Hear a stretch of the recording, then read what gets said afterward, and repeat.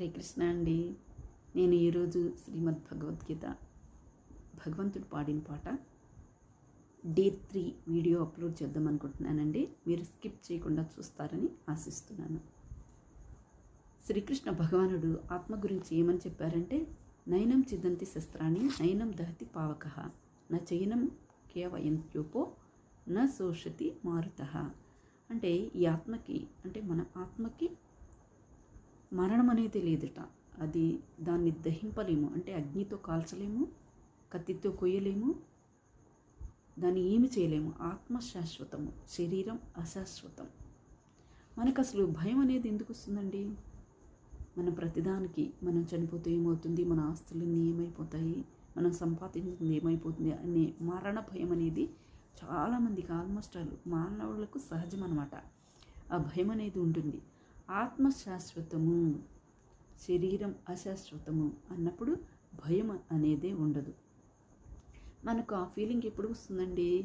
భయం లేకుండా ఉండే ఫీలింగు మనం ఎప్పుడైతే భగవంతునికి భక్తి చేస్తామో, ఆయన భక్తి భావంలో ఉంటామో, భగవంతుడు ఉన్నాడని విశ్వాసంతో ఉంటామో, అప్పుడే మనకి ఈ శోకాల నుంచి, దుఃఖాల నుంచి భయం అనేది ఉండదు.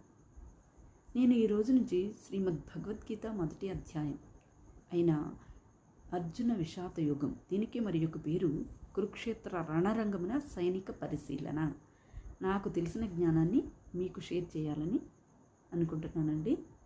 మనం ఒక మానవుడిగా ఉన్నప్పుడు మాకు ధర్మం తెలియదండి, భగవద్గీత తెలియదండి అని అంటే ఎందుకు తెలియదండి మనకి? అంటే మనం మన లైఫ్ని మెకానికల్గా లీడ్ చేస్తున్నామండి, అంతే కదా. ఒకసారి పరిశీలన చేద్దామా?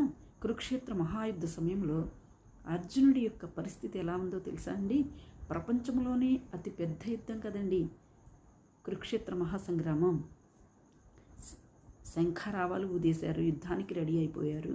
అందరూ కూడా అస్త్రాలు పట్టుకుని యుద్ధం జరగడానికి రెడీ అయిపోయారు అందరూ. అదే సమయంలో అర్జునుడు కృష్ణుడికి ఏమని చెప్పారో తెలుసా?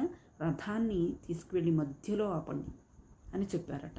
నేను అందరినీ పరిశీలిస్తాను అని చెప్పారట. అసలు యుద్ధం ఎందుకు చేయాలి అనే విషయం గురించి కృష్ణుడు నుంచి అర్జునుడికి ఇదే సమయంలో ఆ యుద్ధ సమయంలో, అంత బిజీగా ఉన్న యుద్ధ సమయంలోనే సమయం దొరికిందంట. అలాంటప్పుడు మనకి భగవద్గీత వినడానికి చదవడానికి సమయం దొరకదా చెప్పండి? డే 4 వీడియోలో నెక్స్ట్ కంటిన్యూ చేస్తానండి. హరే కృష్ణ.